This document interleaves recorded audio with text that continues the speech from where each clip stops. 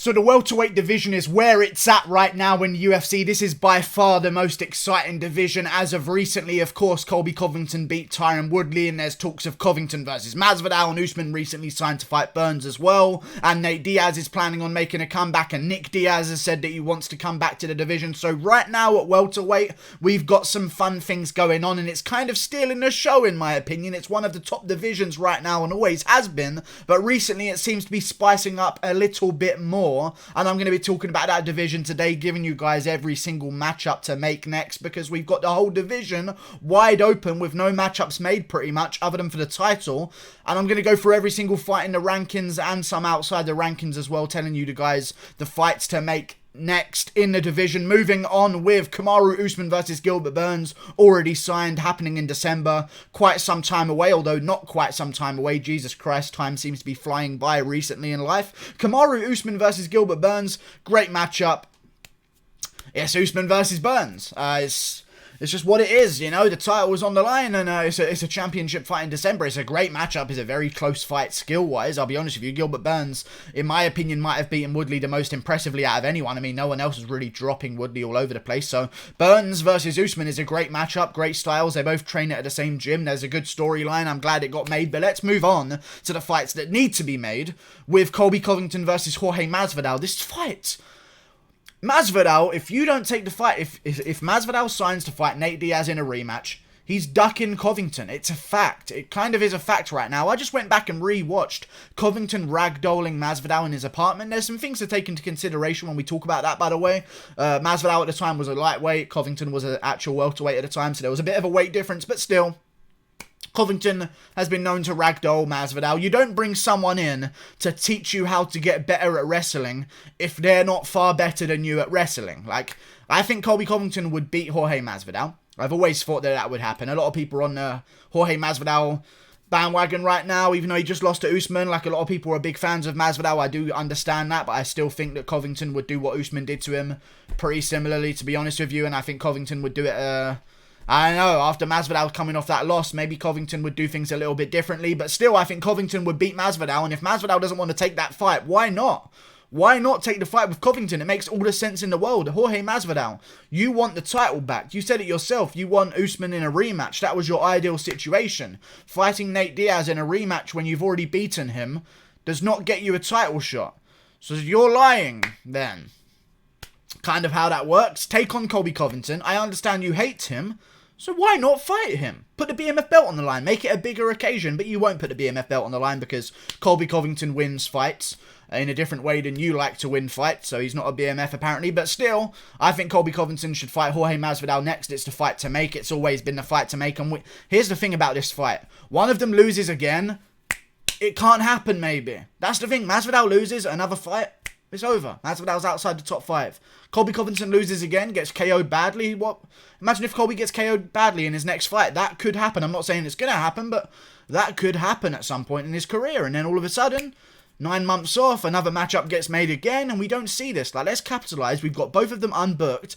Covington versus Masvidal needs to be made, or I won't sleep easy at night ever again in my life. Okay, make the fucking fight right now. Masvidal, you want a title shot. If you beat Colby, you've got it. That's genuinely how it works right now in the welterweight division. Colby's the guy. Number 1 in the division.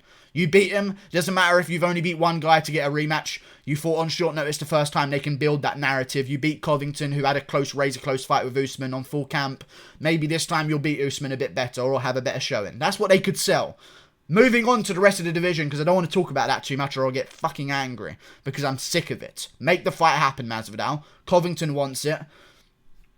Masvidal wants Diaz. We'll talk about what happens with Diaz later on in the video. Leon Edwards needs an opponent next down in the rankings. Stephen Thompson is the matchup perfect for him. Both guys, not really the biggest names inside the top 5, but Stephen Thompson is a big name. They don't really talk trash too much. Like, Leon Edwards wouldn't really talk trash if the other guy wasn't talking trash to him. Although he does talk a little bit, to be honest with you. But he talks against people who he knows will go back and forth with him and create some kind of interesting situation. But still, fighting Stephen Wonderboy Thompson, main event of a fight night, makes sense to do, right? It just makes sense. Leon Edwards versus Stephen Wonderboy, both guys coming off wins. In my opinion, Leon Edwards, a lot of people talk about this, how unfair it is for Leon Edwards. Why can't Leon Edwards get a title shot? Why are we not talking about Leon Edwards getting this and getting that and getting this? Dude, he fucking won a split decision against Gunnar Nelson. Yeah? You know what I mean? Like, he beat RDA over 5 rounds, lost 2 of those rounds, maybe 1. But still, different RDA. When Colby beat RDA, he beat an RDA who lost to Woodley. So it meant a little bit less. When Usman beat RDA, he beat an RDA that lost to Colby and Woodley. So it meant a little bit less. And Leon Edwards, you don't get the same credit for that. RDA at the time that Leon Edwards fought him was barely top 5. He wasn't a title elimination bout. That was never the plan going into things. So I don't understand why people are so complaint-based, orientated. I don't know how I was going to salvage that. But I don't know why people were complaining so much for Leon Edwards. Get one more win. Stephen Wonderboy Thompson is that win. Make it at the end of the year. You're going to have to wait around a little bit, but I'd say win that fight at least. Then you'll have big things coming your way because you'll be right up there in the division. And once you've got the number 1 or 2 spot, they have to work with you. If you're outside the top 3 or floating around at number 3, they can jump people in against number 2, number 1. If you take one of those 2 top spots, you eliminate another option. That's what you got to do, Leon Edwards. And the one thing Leon Edwards shouldn't do is not fight at all, become inactive and get a bit rusty and then lose when he comes back. Fight Stephen Thompson. Good matchup for the pair of them. I like the matchup, and Stephen Thompson, of course, deserves a jump up the rankings in my opinion. Beat Vicente Luque. Same with Leon Edwards as well, by the way. I think they should make that fight happen next. Moving on. Maia is reserved for Khamzat Chimaev. I made a little note for myself. Maia, older guy, retiring, doesn't care about the sport anymore, wanted to fight Diego Sanchez, showing how much he doesn't care about his legacy. So he's reserved for Khamzat now. Moving on, or Khamzat, sorry. But still, Tyron Woodley, next down in the rankings, below Maia right now, which is crazy to think of. But still, Woodley.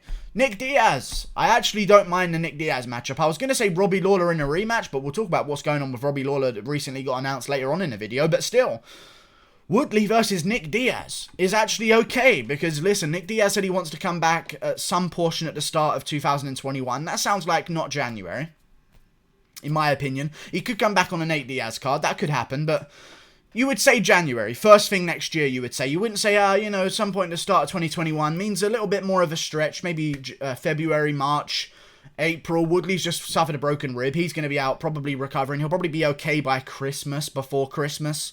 Somewhere around that time. I'm not really too sure how long it takes to recover from a broken rib, but I know most bones take about 6 to 8 weeks, plus a bunch of rehab after that, so I'm imagining he'll at least be out for 3 months. When he comes back, Nick Diaz is winnable.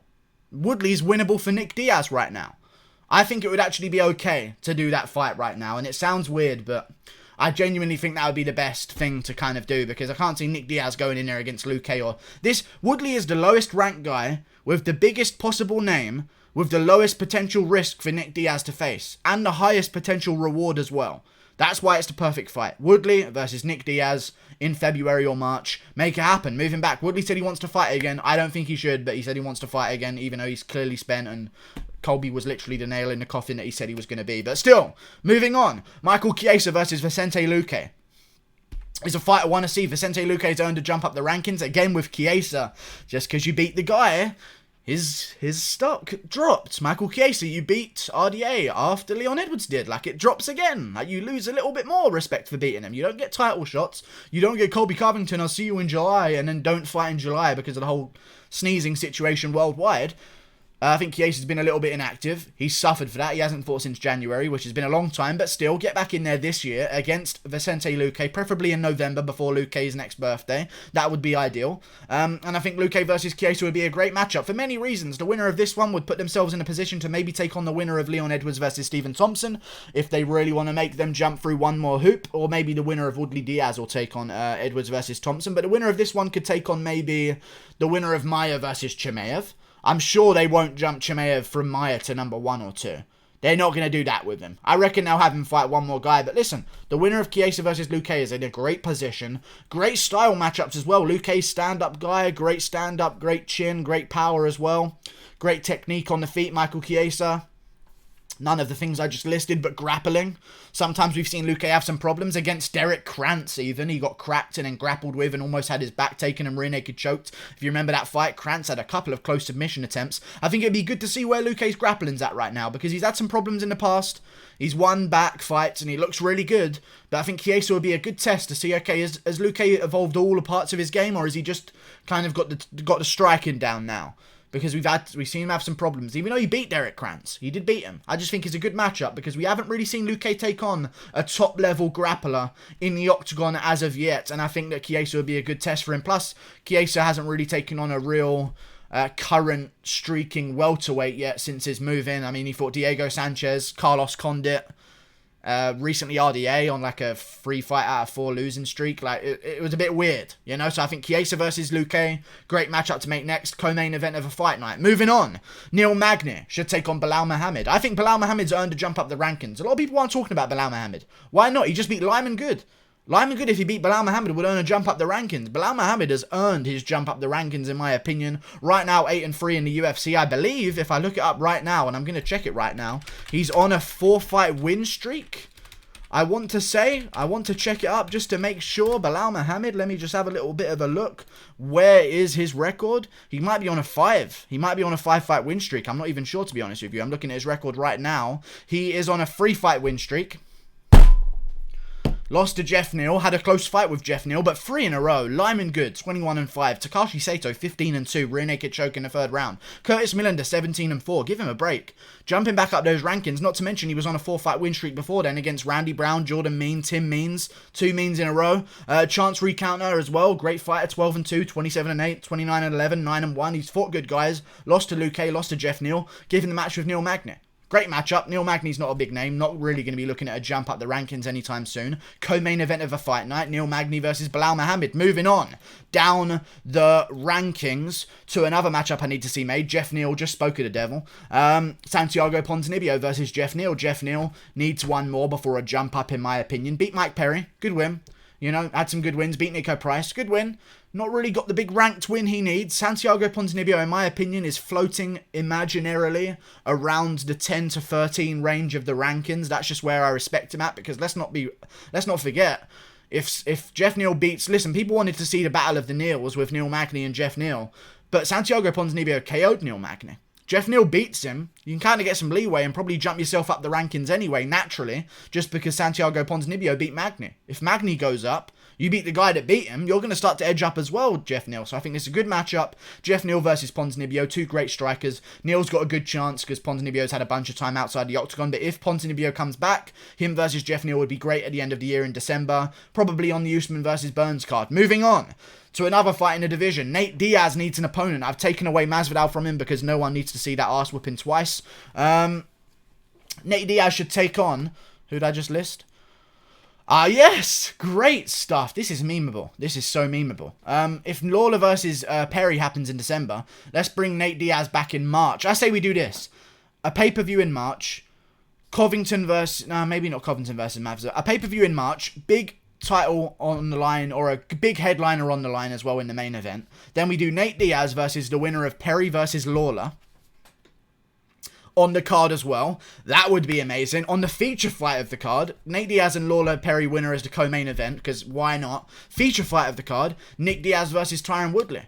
It's good. I think it's amazing. I think that would be a great situation to have. Maybe McGregor headlines the card and Nate Diaz is the co-main. That could set something up with them, whoever McGregor takes on next. Maybe McGregor versus GSP out of nowhere. That could happen. You never know. But still, I don't think that will happen, by the way, with GSP. I think he'll only come back for a title at this point. But still, Nate Diaz versus the Lawler Perry winner. Sounds good to me. Memeable matchup. Winnable matchup as well. Make the fight happen. Moving on, Anthony Pettis needs an opponent. I'm sick and tired of Dan Hardy saying he's going to make a comeback. He never does. He never does. Never makes a comeback. Every single week I hear him say, oh, I'm ready to come back, just to show that he still has it. He's not coming back, so I'm calling your bluff, Dan Hardy. I'm calling your fucking bluff, Mr. 10 fucking a decade trained in the art of the broadsword in fucking Thailand and fighting with Tibetan monks, 300 amateur fights, fucking Hardy. You fucking... let's fucking test it, eh? Come back against Anthony Pettis. That's the fight I want to see happen. Both of you have agreed to it, so what's the hold up?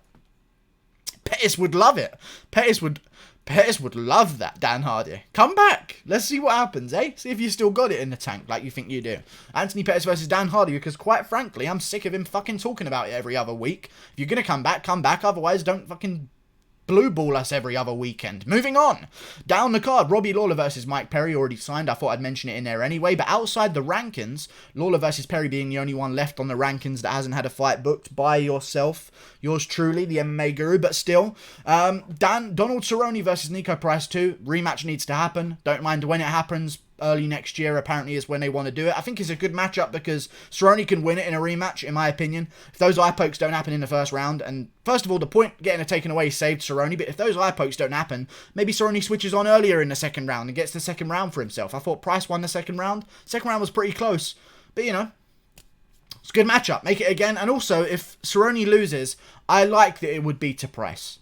I don't want to see Cerrone go in there against a Jeff Neal and get KO'd with a head kick in the first round and it's really vicious and then we have to see Cerrone go after a brutal KO. I want to see a good fun scrap with a guy like Nico Price who's going to be respectful afterwards. I know Jeff Neal would be respectful as well, but still. I just like it. I feel like Nico Price is a safer guy to retire against. It'll just look better in my opinion than just feeding him to another wolf. Nico Price, winnable matchup, nice guy, will be all respect, probably have a great moment at the end for Cerrone's retirement. I think it's a good matchup. Let's make it next. Moving on, another fight you could possibly make, Sean Brady versus Alex Cowboy Oliveira, great matchup in the welterweight division, and Daniel Rodriguez versus Diego Lima would also be quite fun. And for Khamzat Chimaev, I know he wants a fight in the welterweight division. I don't know who he could take on. Maybe they'll give him Rustam Khabilov, Russian guy. Actually a tough test, 24-4, 10-3 in the UFC, coming off a big win against Sergey Kanzoko. I don't know who they'll do him against, but maybe the winner of Salikov versus Silva. That's going to be a little bit late because apparently they have a main event for him real soon.